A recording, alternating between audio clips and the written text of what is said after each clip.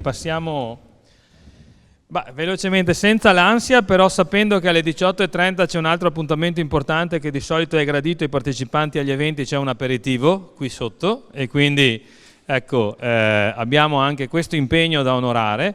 E chiamo qui con me al tavolo i due relatori del capitolo finale di questo nostro percorso celebrativo di FOIV, il professor Paolo Feltrin, professore universitario, politologo, eccolo qui di qua a destra, e il dottor Sergio Maset, sociologo e direttore di uno istituto di ricerche socio-economiche, IDEA, che ci parleranno, ci racconteranno di uno studio relativo il titolo è Trasformazioni economico-sociali del Veneto negli ultimi 50 anni e in particolare un dato statistico, una lettura statistica dell'ingegneria nel Veneto.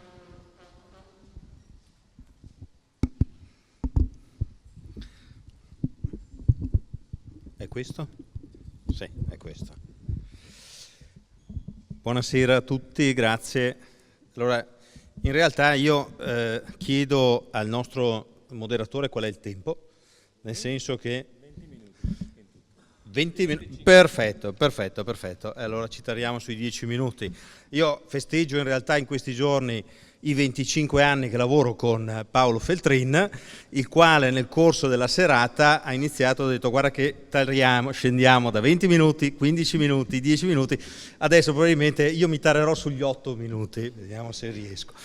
Allora, qual è il menù? Quindi vi svelo subito l'assassino, cioè passiamo da una fotografia degli ingegneri in Veneto sino ad un ragionamento sulla produttività che sarà molto rapido, però un piccolo accenno sul tema del confronto tra la produttività europea in relazione a quella degli USA, degli Stati Uniti. Perché questo? Perché in realtà molte delle leve, vedremo, verranno riprese poi nelle conclusioni che farà il professor Feltrin, della capacità di creare valore in modo più efficiente rimandano tutte a dimensioni profondamente tecniche e ingegneristiche. E nella seconda parte passeremo quindi da affrontare alcune grandi trasformazioni occorse in Veneto in questi 50 anni, superando anche alcuni luoghi comuni, fino a una proposta di decalogo. Insomma. Allora, primo elemento, vediamo se riesco, rapidissimamente su questo, sono soltanto dei flash, li troverete poi nel testo, ma dando qualche elemento in termini numerici, la composizione la conoscete bene, tuttavia 55% civili e ambientali, 33% industriale, 12% informazione. Questa è la composizione dei 15.851 iscritti a fine 2023 in Veneto. Non sono le abilitazioni, è il percorso di formazione, di laurea che c'è stato. Okay? Perché questo ragionamento qui? Perché iniziare a metterci in questo ordine di grandezze ci consente anche di relazionare, mettere in relazione i percorsi formativi poi con l'effettiva conversione verso gli ordini. Diversità territoriali in termini di composizione, vocazioni, sì, ce ne sono, in qualche modo ci riportano anche a quelle che sono le vocazioni del territorio, 39% a Treviso e 35% a Treviso e 39% a Vicenza degli iscritti con laurea industriale e 14% a Padova per iscritti con laurea informatica. In qualche modo i territori informano, influenzano, eccetera. In termini di composizione di quote, il 13% adesso è composto da donne, ci sono differenze settoriali importanti, 18% ingegneria civile, il 6% nell'ingegneria dell'informazione, il 7% nell'ingegneria industriale. La percentuale è più o meno simile su tutto il territorio, varia tra l'11 e il 14%. Da un punto di vista di età, allora c'è tendenzialmente il fenomeno di ingresso delle donne è un fenomeno un pochino più recente, e quindi l'età media è più giovane per quanto riguarda le donne. Vado a un punto a mio avviso importante da tenere presente, perché abbiamo parlato di ingegneria, 50 anni di ingegneria veneta, ma cosa si intende? Si intende i prodotti dell'ingegneria veneta, si intende le competenze, quindi gli ingegneri veneti, si intendono gli ordini veneti. Ecco, in realtà questa sera abbiamo toccato tutte e tre queste dimensioni. Allora, da un punto di vista, venendo dall'ultimo e dagli ordini e delle competenze, ci siamo domandati se e qual era il grado di conversione dalle lauree all'iscrizione agli ordini. Allora, i nuovi iscritti negli ultimi 10 anni, nel corso del 2023 negli ordini ci sono stati più 354 iscritti. C'è un dato di crescita tendenziale a partire dal 2017, dopo un calo che era avvenuto a partire dal 2011, che questa è la fotografia che abbiamo analizzato, l'arco temporale che abbiamo analizzato. Avviene dappertutto, scusate, ho saltato, sono andato avanti troppo, torno indietro, ok? È avvenuto dappertutto in tutti gli indirizzi questo tipo di transizione? No, è avvenuto in realtà con fasi diverse, non capisco, sarebbe una slide ma la salta, ma ve la dico io a voce perché altrimenti perderemo tempo. Questa capacità, questa transizione dalle lauree agli ordini è avvenuta stabilmente nel corso del tempo e per tutti gli indirizzi? No. La cosa interessante è che vediamo un picco, ad esempio, nel 2021 di iscrizioni rispetto ai laureati per quanto riguarda gli indirizzi civili. Allora cosa può essere successo in quel momento lì? Questo è il punto di domanda. L'effetto del super bonus. Okay? Un altro elemento di salto che abbiamo rilevato e che poi troverete dentro la pubblicazione, quindi vi lascio a quello per rifletterci, è stato gli indirizzi in ingegneria industriale nel 2017. Cosa è avvenuto in quel momento lì? Bene, iniziano a esserci gli effetti degli interventi di politica industria 4.0 e poi successivi. Quindi attenzione, interessante questa relazione, meriterebbe un approfondimento. Ultime considerazioni. Cosa sta succedendo da un punto di vista sociale? Fortunatamente rileviamo, c'è in qualche modo un'accelerazione forte, soprattutto negli ultimi anni, dei laureati in discipline STEM in Veneto. Questo è un fatto positivo, certamente. All'interno di queste ci sono anche gli indirizzi ingegneristici e fatto interessante da osservare, 233 laureati, il numero maggiore di nuovi laureati in ingegneria in Veneto nel 2023 è stato in biomedica, più 233, una crescita dal 2019 al 2023 di 223. La biomedica, come sapete, fa parte di un ramo un po' più grande, ok? Nel senso che rientra poi nelle discipline industriali, ma complessivamente, se andiamo a vedere le grandi classi, cosa cresce?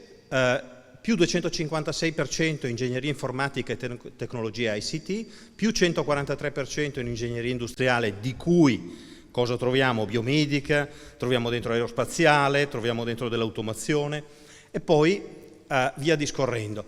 Quindi cosa ci dice questo? In realtà il settore sta reagendo, ecco, questo era finita avanti, il settore sta reagendo positivamente da questo punto di vista in termini di orientamento alle lauree, ok? Il tema diventa come farlo transitare verso la parte ordinistica. Qui vedete la slide che cercavo prima. Vado alle conclusioni. C'è un tema forte che riguarda il territorio nazionale, attenzione, non soltanto il territorio veneto, ed è un tema che vi ho solo accennato prima e non entro nel merito, però lo sintetizzo in questo modo: attenzione, nel corso del tempo l'Italia, l'Europa in generale, l'Italia in particolare, ha visto aumentare il divario in termini di capacità di generare valore aggiunto pro capite rispetto agli Stati Uniti. Qual è la grande variabile che ci sta dietro? In realtà i divari di produttività forti che ci stanno sotto si hanno in alcuni settori ben precisi, riguardano l'ambito biomedicale, riguardano l'ambito ICT, riguardano il tema della finanza e delle assicurazioni, dei servizi professionali, tutti mondi e dimensioni fortemente legate da un lato all'ingegneria dell'informazione, da un lato all'ingegneria industriale e dall'altro anche alla capacità di gestire tecnologie avanzate. Allora, rispetto a questo, io mi fermo qui perché ho terminato il tempo. In sintesi, quindi, attenzione, la società, la parte dei giovani stanno reagendo in realtà con molta rapidità anche ai nuovi indirizzi, ripeto. C'è un tema e una partita significativa che sta nel riuscire a colmare questo gap a livello europeo, a livello nazionale e anche a livello italiano.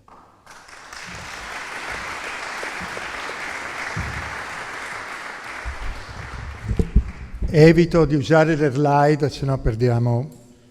Alle 6:25 mi fermo, quindi sapete di che morte si muore. Partiamo dall'ultimo punto affrontato da Sergio Masetti. 30 anni fa, intorno al 91-92, il PIL per abitante veneto era vicino alla media americana, $32.000, $34.000. Tanto che, se voi vi ricordate, si parlava di sorpasso europeo degli Stati Uniti, di declino americano, eccetera, eccetera. Oggi la differenza è di $34.000 a favore degli Stati Uniti. Ecco, cos'è successo? Perché se capiamo cos'è successo, capiamo anche qualcosa sul ruolo degli ingegneri. L'idea è questa, che con il XXI secolo è stato sepolto il XX secolo. Cioè che tutto quello che riguardava il XX secolo è passato. No? E che il XXI secolo è radicalmente diverso da quello che abbiamo conosciuto, soprattutto i più anziani, eccetera, eccetera. Allora, perché c'entra questo? Perché nel periodo appunto 74-94, anche fino agli anni 1994, eccetera, in questi 30 anni, dal 74 al 94, 20 anni, c'è stato l'enorme sviluppo del modello Veneto. Modello Veneto, modello della Terza Italia, modello della piccola impresa. Gli americani lo chiamavano modello della specializzazione flessibile, tutte queste parole. Tanto che qualcuno ha detto: siamo i più bravi del mondo, abbiamo inventato il modo più efficiente di fare i capitalisti. I veneti, uber alles. Ecco, questa idea era sbagliata. Cioè, adesso, nel 2024, dopo un quarto del nuovo secolo, bisogna riconoscere che quell'idea era sbagliata. Ovvero, era parzialmente vera e solo per un determinato momento storico. E qual era? Nel passaggio tra un'economia tradizionale, industriale, fordista, eccetera, a una nuova economia, che nessuno sapeva che caratteristiche avrebbe avuto, obiettivamente il modello Veneto, il modello della Terza Italia, il modello di piccola impresa è stato in quella fase di transizione il modello più efficiente al mondo. Tutti venivano a invidiarcelo, a studiarcelo, eccetera, eccetera. È ancora attuale? Questa è la domanda. La risposta è no. E prima ne prendiamo atto, meglio è. E questo è lo scenario. In questo scenario, qual è la leva che ha fatto crescere gli Stati Uniti come mai nel XX secolo e che li ha portati a superare in maniera così netta le economie europee, l'economia italiana, l'economia veneta? Il cuore di tutto è STEM digitale. Quello è il cuore. Tutto il grande ritardo, lo dice il rapporto Draghi, lo trovate dappertutto, insomma, è l'Europa al bivio è andata da una parte e è andata dalla parte sbagliata. L'America a quel bivio è andata dalla parte giusta. Ora, la cosa interessante è che al cuore della rivoluzione americana del XXI secolo ci sono gli ingegneri. Questo è il nocciolo. E ci sono gli ingegneri in modo molto particolare che avete visto in una slide presentata prima da Maset, e cioè l'ingegneria sta diventando una disciplina onnivora, occupa tutti i territori. No, un po' come è stato nel secolo scorso per l'economia, che occupava un po' tutto, no? Tutte le varie discipline laterali. Ecco, oggi questo è il secolo degli ingegneri, no? Ma degli ingegneri non più una specializzazione piccola, eccetera, no, ingegneri che occupano tutto, dal medicale allo spaziale, al digitale, qualsiasi cosa si debba fare ci vuole un ingegnere. Ora, questo è una cosa che va compresa, no? E accennerò solo ad alcune conseguenze di questa tendenza onnivora, perché non riguarda, ad esempio, altre professioni, altre libere professioni, altri ordini professionali, eccetera. Pensiate, ad esempio, agli avvocati. Più in crisi della professione forense, grazie anche ai successi dell'ingegneria, del digitale, eccetera, eccetera, no? E guardate professioni simili, no? Quindi la cosa interessante è questa capacità di diramarsi in ogni angolo disciplinare dell'ingegneria. Uno potrebbe sospettare se va ancora chiamata ingegneria, ma questo è un altro tema, cioè se un ingegnere biomedicale è davvero un ingegnere, però insomma fa sempre parte dell'area STEM, ecco, ragioniamo così. Conseguenze. Qui c'è una decina, guardando anche al Veneto, di cambiamenti intervenuti nel XXI secolo, no? Che pongono interrogativi che devono essere affrontati in termini ingegneristici. Ecco, questa è un po' l'idea. Allora, primo tema. Si stanno densificando le città, la gente si sposta in città e abbandona la campagna. Mentre per 30 anni era andata in campagna perché lì c'erano le fabbriche. Questo è un bel problema, perché vuol dire un problema di domanda di case diversa dal secolo scorso. Famiglie più piccole, vecchi, soli, a 2 al massimo, e gli chiedono una reingegnerizzazione di tutte le vecchie abitazioni. Di abitazioni grandi con 10-12 stanze, bisogna trasformarle in tanti piccoli appartamenti. Bisogna che ci sia qualcuno che ci pensa. No. Altrimenti la domanda e la fame di abitazioni continuerà e contemporaneamente avremo un sacco di abitazioni sfitte. Secondo punto. Va riorganizzati i trasporti, proprio in funzione di quel che sta capitando. Cioè, da un certo lato diminuisce la popolazione e si concentra nei centri urbani, per effetto della terziarizzazione, perché cala l'industria. Sta calando da 30 anni gli addetti all'industria.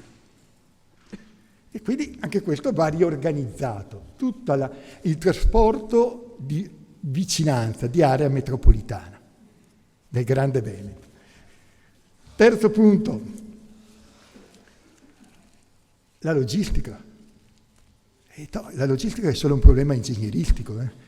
E la logistica, curiosamente, più digitale ho, più trasporto mi serve. Cioè, io ordino in coltivazione su Amazon, c'è qualcuno che me lo deve portare a casa. Io ordino su qualsiasi sito, qualcuno me lo deve portare. Ora, a riorganizzare tutti i flussi logistici è un tema tipicamente ingegneristico. Cioè, chi lo deve fare? Io non è sicuro, ecco, non ne ho la minima capacità. Ecco, questo. Altro quarto punto. Che ne facciamo di tutti i siti produttivi che abbandoniamo? Da un lato abbiamo bisogno di quelli che ancora ci servono devono essere molto più grandi. Dall'altra parte, dall'altro lato ne abbiamo un sacco di taglia piccola, medio-piccola, che sono vuoti e resteranno vuoti, andranno vuoti. Tutte le produzioni a basso valore aggiunto se ne vanno, quindi. Se n'è andato il tessile, se n'è andato il calzaturiero, se ne sta andando il legno. Zopas ha appena annunciato che ha portato via le resistenze elettriche in Tunisia. Cioè, dobbiamo sapere che il futuro è questo. Ad esempio, si possono usare tutti quei tetti per il fotovoltaico. Però bisogna prendere le misure, bisogna fare i calcoli, perché non tengono, ci sono un sacco di problemi che hanno una risposta solo di tipo ingegneristico. Ovviamente c'è il tema della digitalizzazione, non ne parlo, ma poi accenno del biomedicale, tutte queste belle cose qui, ma soprattutto la crisi ambientale pone problemi ingegneristici. E la crisi ambientale ci accompagnerà per tutto il prossimo secolo, non c'è niente da fare. Sia nel controllo delle acque, sia nel controllo dei sistemi idrogeologici, eccetera, eccetera, sia sul fotovoltaico, sulle energie pulite, sia sulla sicurezza, insomma, no? Sono le 6:25. Ultimo punto, e ho chiuso, vedete, molto rapido, però ecco, per tutti questi punti qui sono capitoli in cui dovrebbero intervenire la politica, le istituzioni, le università e gli studi professionali, gli ordini. L'ultimo punto è questo. Ma se è così centrale il ruolo delle discipline ingegneristiche, come mai non c'è ancora un Politecnico Veneto? Come mai se ne parla da decenni?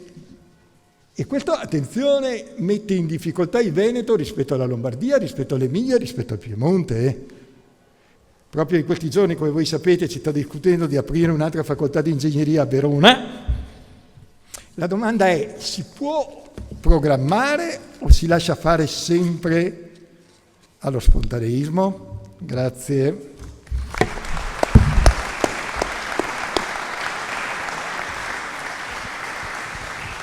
Grazie mille al professor Feltrin e al dottor Scaletta. Ovviamente qui si potrebbero aprire non ore ma giornate di dibattito che causa il fitto programma di oggi non possiamo fare, quindi grazie mille. E vi chiedo, anzi intanto un ringraziamento per la pazienza a tutti voi per essere rimasti qua finora. Vi chiediamo ancora pochi minuti per arrivare alle conclusioni e per questo chiedo a Paolo Gasparetto di tornare qui al tavolo insieme a me e, se sei d'accordo, chiamiamo già anche, siccome è una federazione, ci sono i federati, sono stati nominati più volte, abbiamo 7 ordini, i 7 presidenti dei 7 ordini sono qui presenti in ordine rigorosamente alfabetico, perché quello mette d'accordo tutti. La presidente dell'ordine degli ingegneri della provincia di Belluno, Eleonora Dalla Corte, il presidente dell'ordine degli ingegneri della provincia di Padova, Riccardo Schwarz. Sì, venite qui. Ah sì, mancava la parte in cui sì, venite qui. La presidente dell'ordine di ingegneri della provincia di Rovigo, Elena Zambello. Presidente dell'ordine di ingegneri della provincia di Treviso, Eva Gatto. Il presidente dell'ordine di ingegneri della provincia di Venezia, Mariano Carraro, a cui prima ho detto che è il padrone di casa e lui ha detto di no perché qui la scuola grande di San Rocco non siamo a Venezia ma siamo nel mondo, e quindi il presidente dell'Ordine Ingegneri provincia di Verona, Matteo Limoni, che ecco, è tornato, la presidente dell'Ordine Ingegneri della provincia di Vicenza, che è la mia presidente, Tania Balasso.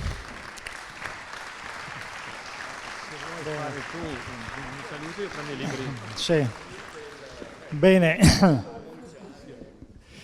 vi ringraziamo ancora della vostra presenza, non c'è tempo per fare una sintesi, un commento, comunque tutti voi avete apprezzato il valore dei nostri interventi, dei nostri relatori. E posso solo spendere una parola sul Maurizio Cossato che ci ha lanciato un messaggio, vediamo se si riesce a prenderlo, magari anche assieme ad altre professioni. Allora adesso noi abbiamo per i presidenti un omaggio del libro che è stato prodotto. Il libro è disponibile presso i vostri ordini per chiunque ne voglia una copia. E all'interno troverete tutto quello che è stato esposto e compresa la proposta circostanziata del nostro amico Cossato. Grazie ancora. Se qualcuno di voi ha qualche commento da fare vi lascerei anche la parola, ma altrimenti siamo tutti liberi di scendere al piano di sotto e trovarci là sotto. Portavoce. Posso fare da portavoce? Come Ordine di Treviso, ma a questo punto come Ordini del Veneto, desideriamo ringraziare FOIV per questo evento così importante, così ben organizzato, e ringraziamo tutti quelli che si sono spesi in modo totale per arrivare a questo risultato, anche per quanto riguarda la pubblicazione di questo testo, al quale sicuramente faremo riferimento e prenderemo spunto. Grazie. Grazie Eva. Finché ci muoviamo ringrazio il gruppo di lavoro formato da Sandro Boato, Maurizio Cao, Mauro Ceccolin, Maurizio Cossato, Silvia Lavarini, Valeria Locatelli, Maurizio Pozzato, Riccardo Schwarz, Alessandro Turchetto e Alberto Vicentin. Grazie del vostro lavoro.